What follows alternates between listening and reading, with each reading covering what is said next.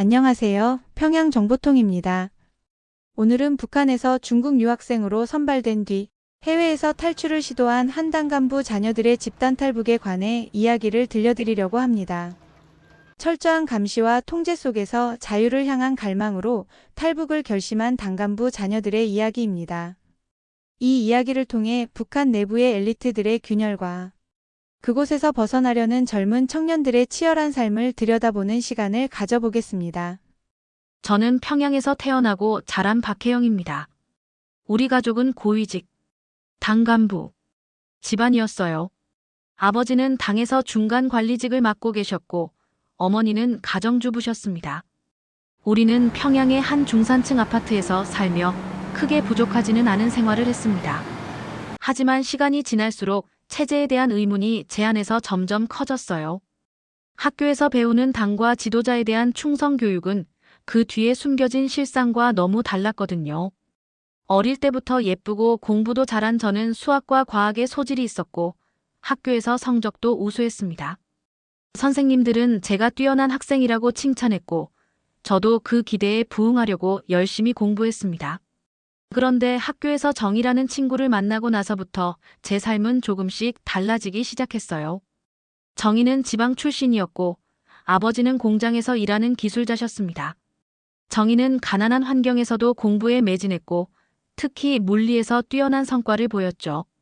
어려운 문제도 금방 풀어내는 그녀를 보며 저는 때로는 자극을 받고 때로는 질투를 느꼈습니다. 우리는 둘 다 유학생 선발 시험에 도전했습니다. 부모님은 저에게 이 기회를 놓치지 말라고 하셨죠. 유학생으로 선발되면 외국에서 공부할 수 있는 기회를 얻게 되니까요. 정희도 그 시험에 지원했고 우리는 그때부터 서로 치열하게 경쟁하게 되었습니다. 저는 수학에서 자신이 있었지만 물리에서는 정희에게 한참 뒤처졌어요. 그 차이가 우리 사이를 더 복잡하게 만들었죠. 친구이면서도 경쟁자였으니까요. 시험날이 다가왔고 저는 긴장된 마음으로 시험장에 들어섰습니다. 첫날에는 수학과 물리 시험이 있었는데 수학에서는 예상대로 좋은 성적을 받았지만 물리에서는 정의가 저를 압도할 것 같은 불안감이 들었습니다. 예상대로 수학 시험에서는 좋은 성적을 거뒀지만 물리 시험에서 정의는 문제를 읽자마자 빠르게 답을 적어내며 저를 크게 앞질렀습니다. 며칠 뒤 시험 결과가 발표되었고 다행히 저와 정의 모두 합격할 수 있었습니다. 우리는 나란히 유학생으로 선발된 것이었죠. 하지만 그 기쁨은 오래가지 않았습니다. 이제 본격적으로 유학을 떠나기 위한 준비가 시작되었고 우리는 평양 외국어대학 강습소에서 6개월 동안 사상교육과 어학교육을 받아야 했습니다. 평양 외국어대학 강습소에서는 외국에서 북한 체제에 대한 충성심을 유지하기 위한 철저한 정신 무장을 받았습니다. 매일같이 김정일 장군님의 말씀을 되새기며 적대 사상에 물들지 말라는 경고를 받았죠. 교육은 매우 지루하고 반복적이었어요. 하지만 외국에서 공부할 기회를 놓치지 않기 위해 그 모든 것을 견뎌냈습니다. 6개월의 강습소 생활이 끝나고 출국. 3개월 전에는 노동당 국제부에서 김정일에게 충성을 맹세하는 선서를 했습니다. 그날은 제 인생에서 가장 긴장된 날 중 하나였어요. 선서를 하면서도 마음 한구석에는 과연 이게 옳은 걸까? 라는 의문이 떠나지 않았지만 그 순간에는 다른 선택의 여지가 없었습니다. 모든 것이 정해져 있었고 저 또한 이 길밖에 없다고 생각했죠. 그때까지 저는 북한 체제를 따르며 외국에서 배운 지식을 가지고 조국을 더 발전시키고 싶었습니다. 마침내 우리는 중국으로 떠날 준비를 했고 출국을 3개월 앞두고 노동당 국제부에서 충성 맹세를 했습니다. 중국에 도착한 첫날, 저는 너무나도 낯선 환경에 당황했습니다. 모든 것이 자유롭고 활기차 보였어요. 하지만 우리는 국비 유학생이었기 때문에 그 자유를 온전히 누릴 수 없었죠. 국비 유학생은 모든 비용을 국가가 부담하는 대신 철저한 감시와 통제를 받습니다. 우리는 혼자 다닐 수 없었고 항상 둘 이상이 함께 움직여야 했습니다. 같은 사회주의 국가인 중국에서 느낀 첫 인상은 정말 압도적이었습니다. 거리에 가득 찬 사람들은 자유롭게 움직이고 있었고 저마다 밝은 표정으로 살아가는 모습이 너무 낯설었어요. 평양에서는 상상할 수 없는 풍경이었죠. 그러나 그 자유는 우리와 무관한 것이었습니다. 저와 정희는 마치 감옥에 갇힌 듯한 느낌을 받았습니다. 우리의 움직임은 철저히 통제되었고 어디를 가든 대사관에 보고해야만 했으니까요. 중국에서의 유학 생활은 감시 속에서 이루어졌습니다. 우리는 언제나 감시관의 눈 아래 놓여 있었고 자유롭게 행동할 수 없었죠. 정희와 저는 항상 감시의 눈을 피하며 생활해야 했습니다. 감시 체계는 생각보다 훨씬 더 철저했습니다. 우리를 직접적으로 감시하는 사람들뿐만 아니라 함께 지내는 유학생들끼리도 서로를 감시해야 했습니다. 정희와 저는 같은 방을 쓰면서 서로의 행동을 감시해야만 했죠. 그 감시는 단순히 서로의 행동을 지켜보는 것을 넘어 조금이라도 의심스러운 점이 있다면 즉시 대사관에 보고해야만 했습니다. 그 감시 체계는 매우 정교하게 짜여진 그물망과도 같았습니다. 조금만 잘못 움직여도 그 그물망에 걸릴 수 있었고 그 순간 우리는 북한으로 소환될 위험에 처하게 되었죠. 소환된다면 우리를 기다리고 있는 것은 처벌과 강제 노동이었으니 감시의 눈에서 벗어나기란 매우 어려운 일이었습니다. 중국에서는 유학생들끼리도 상호 감시가 이루어졌습니다. 서로의 동태를 주시하며 조금이라도 이상한 점이 있으면 곧바로 대사관에 보고했죠. 유학생들 사이에서도 끊임없이 서로를 의식하며 경계해야 했습니다. 사실 유학생들 사이에 나만의 드라마나 노래를 안 들어본 사람이 없다는 걸 우린 모두 알고 있습니다. 북한의 장마당을 통해서도 구할 수 있는 걸 감시한다고. 중국 유학생들이 감시해도 보고 싶은 건 다 구해볼 수 있거든요. 그러나 이러한 감시 속에서 우리는 조금씩 지쳐갔고 자유로운 세상을 경험하면서도 그 자유를 온전히 누릴 수 없는 모순된 상황에 놓여 있었습니다. 그러던 중 철민이 저와 정희에게 한국 유학생들과 함께 노래방에 가자고 제안했습니다. 처음에는 망설였어요. 북한에서는 노래방이라는 장소 자체가 타락한 자본주의의 상징으로 여겨졌고 그런 곳에 가는 것은 위험하다고 느꼈기 때문이죠. 그러나 철민은 여기서는 모든 것이 다르다며 우리를 설득했습니다. 한국 유학생들과 함께 자유로운 분위기를 느껴보자는 그의 말에 저와 정희는 결국 따라가게 되었어요. 노래방에 들어섰을 때 처음에는 너무 낯설고 두려웠습니다. 커다란 화면에 흘러나오는 한국 노래들, 사람들이 자유롭게 노래하고 춤추는 모습이 평양에서는 상상도 못할 광경이었거든요. 하지만 시간이 지나면서 저도 조금씩 그 분위기에 적응하게 되었습니다. 한국 유학생들은 저희에게도 마이크를 넘기며 함께 노래를 부르자고 했고 저는 처음에는 긴장했지만 조금씩 그 자유로운 순간을 즐기게 되었죠. 그날 밤 저는 처음으로 북한에서 벗어나 자유로운 세상에서 숨을 쉴 수 있다는 느낌을 받았습니다. 하지만 그 순간이 길게 지속되지는 않았습니다. 대사관에서는 항상 유학생들을 감시하고 있었고 우리가 한국 유학생들과 어울린다는 사실을 알게 되었습니다. 그날 밤의 노래방 사건은 저와 정희에게 위험 신호로 다가왔죠. 우리는 다시금 감시의 눈을 의식하며 생활해야 했습니다. 그러던 중 저는 자비 유학생인 철민과 가까워지기 시작했습니다. 철민은 국비 유학생과는 달리 부모님이 유학 비용을 지불했기 때문에 상대적으로 감시가 덜했고 그 덕에 조금 더 자유롭게 생활할 수 있었습니다. 그는 마음대로 외출할 수 있었고 한국 유학생들과도 자연스럽게 어울릴 수 있었죠. 철민은 자유롭게 움직이는 모습이 너무나 매력적이었어요. 그는 항상 자유로운 표정으로 다녔고 그 모습에 저도 점점 더 그에게 끌리게 되었습니다. 철민과 가까워지면서 저는 그에게 의지하게 되었습니다. 그는 저에게 한국의 문화와 중국의 자유로운 사회에 대해 이야기해 주었고 저는 그 이야기에 점점 더 빠져들었습니다. 그와 함께 시간을 보낼 때마다 저는 북한 체제에 대한 불만이 점점 더 커져갔습니다. 하지만 동시에 두려움도 커졌습니다. 북한에서는 외국인과의 연애가 금기였고 철민과의 관계가 발각되면 체제 이탈로 간주되어 심각한 처벌을 받을 수 있었으니까요. 철민은 제가 느끼던 갈등을 어느 정도 이해하고 있었습니다. 그는 저에게 북한에서는 자유를 느끼기 어려웠겠지. 하지만 이곳에서만큼은 자유롭게 살아도 되라고 말해주었습니다. 그러나 그 말에도 불구하고 저는 항상 북한 대사관의 감시 속에서 살아가고 있다는 두려움을 떨칠 수 없었습니다. 그와 함께 있는 시간이 행복하면서도 한편으로는 항상 불안했습니다.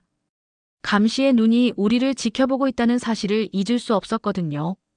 철민과의 관계가 깊어지면서 정희와 저는 점점 멀어지기 시작했습니다. 처음에는 같은 목표를 위해 경쟁하고 서로를 응원했던 사이였지만 시간이 지날수록 우리는 서로 다른 길을 가고 있었습니다. 정희는 여전히 북한 체제에 대한 충성심을 가지고 있었고 그녀는 체제에 순응하는 것이 자신과 가족의 생존을 보장해 줄 것이라고 믿었습니다. 그러나 저는 점점 더 북한 체제에 대한 불만이 커져갔습니다. 정희와의 대화는 점점 더 갈등을 빚었고 우리는 서로를 이해하기 어렵게 되었습니다. 정희는 제가 철민과 가까워지는 것을 못마땅하게 생각했습니다.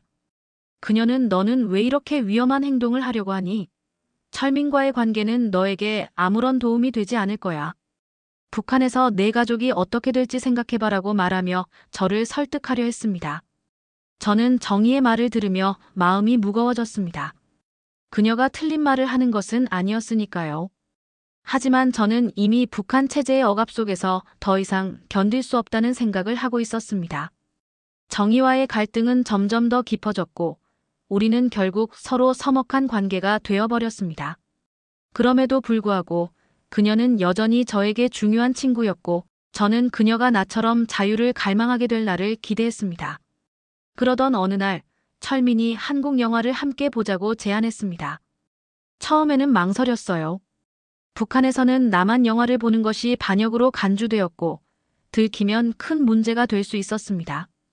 하지만 철민의 설득에 저는 결국 그 제안을 받아들이게 되었습니다. 정희 역시 우리와 함께 하기로 했습니다. 그날 밤 우리는 철민의 방에서 작은 노트북 화면을 통해 남한 영화를 보기 시작했습니다.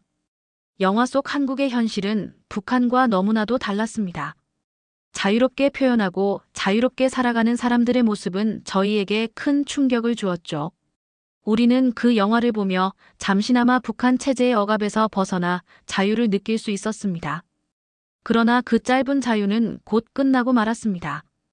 영화가 거의 끝나갈 무렵 갑자기 문을 두드리는 소리가 들렸습니다.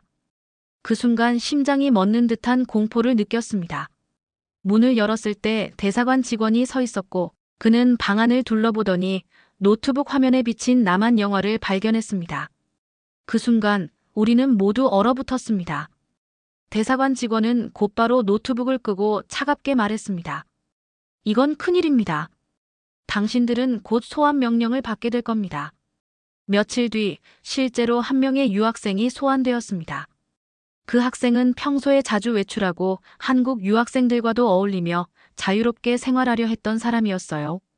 그가 소환된 날 대사관 직원이 그의 짐을 싸서 그를 북송시켰습니다.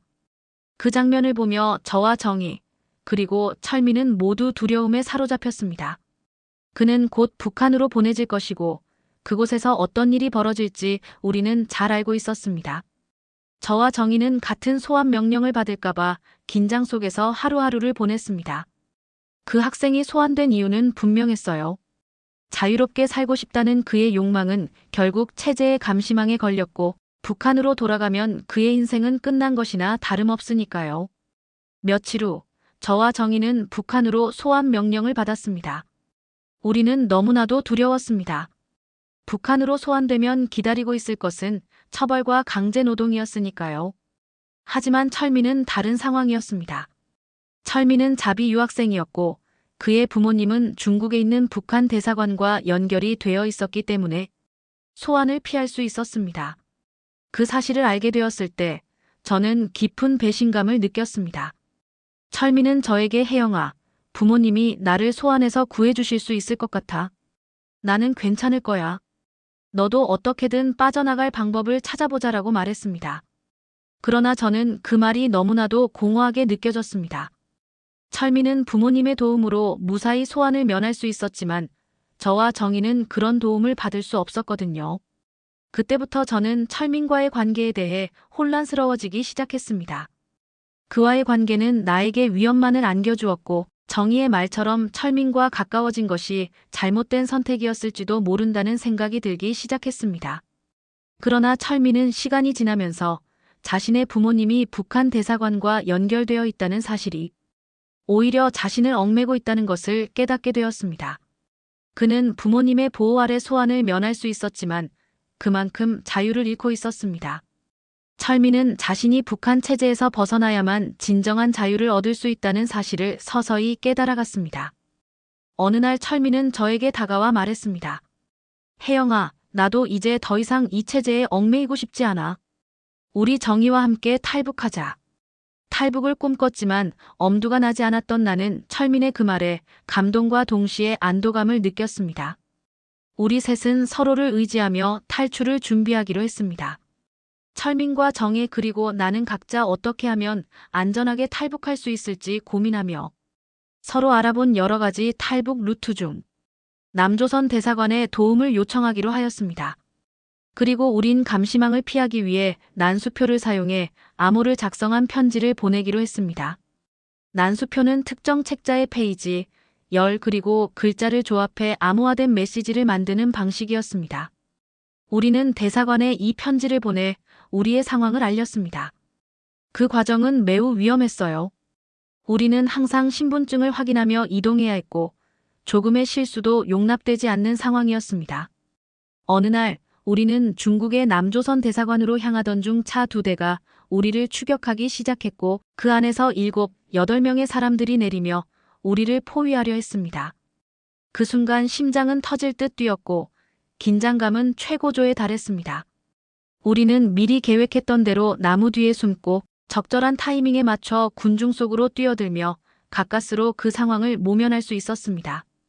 북한으로 돌아가면 기다리고 있는 것은 철저한 감시와 처벌뿐이었습니다. 이제 더 이상 선택의 여지가 없었습니다. 체제에 대한 반감이 크지만 북에 계신 부모님이 어려움에 빠지게 될 거라는 죄책감이 탈북을 망설이게 했습니다. 그러나 정희와 철민은 더 이상 북한 체제 아래에서 살고 싶지 않다고 결심했고 우리는 서로를 의지하며 탈출 계획을 세웠습니다. 우여곡절 끝에 우리는 탈출에 성공하여 남조선 대사관에 도착했습니다. 우리는 마침내 북한의 통제에서 벗어났습니다. 그 순간의 기쁨은 이루 말할 수 없었지만 동시에 북한에 남겨진 가족들을 생각하며 마음이 무거웠습니다. 그들은 제가 탈북했다는 사실이 알려지는 순간 처벌을 받을 가능성이 높았기 때문입니다. 그 죄책감은 여전히 저를 괴롭히고 있지만 그들도 언젠가 자유를 찾을 수 있도록 물심양면으로 도울 수 있게 되길 바랐습니다. 탈북 후 한국에 도착했을 때 처음에는 모든 것이 나아질 거라고 생각했습니다. 하지만 한국에서의 삶은 생각보다 훨씬 더 어려웠습니다. 탈북 후 처음 1년 동안 저는 악몽에 시달리며 심리적 고통을 겪었습니다. 자유를 얻었다는 기쁨도 잠시, 적응 과정에서 많은 어려움을 겪어야 했죠. 한국 사회는 제가 생각했던 것보다 훨씬 더 복잡했고 또 다른 형태의 갈등이 존재했습니다. 한국에서는 물질적으로는 풍족했지만 심리적으로는 더 큰 혼란에 빠졌습니다. 북한에서의 생활과 너무 달랐고 저는 그 차이점을 받아들이는 것이 쉽지 않았습니다. 게다가 한국에서는 탈북민들이 겪는 편견도 있었습니다. 사회에 적응하기 위해 애쓰면서도 저는 항상 외로움을 느껴야 했습니다. 철민과 정희도 마찬가지였습니다. 그들도 한국에 정착하는 과정에서 수많은 혼란과 혼돈을 겪었습니다. 특히 철민은 자유를 찾아 북한에서의 체제와 감시에서 벗어났지만 한국에서도 여전히 자신의 정체성을 찾는 것이 어려웠습니다. 무제한으로 주어지는 자유는 모든 책임감이 따랐습니다.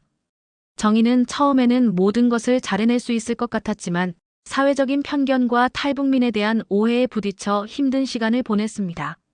하지만 시간이 지나면서 우리는 모두 한국 사회에 적응해 갔습니다. 그 과정에서 많은 탈북자들이 서로 응원하고 있다는 사실이 저에게는 큰 힘이 되었습니다. 그들도 각자의 방식으로 적응하려고 애쓰고 있었고 저 역시 그들 덕분에 많은 위안을 얻었죠.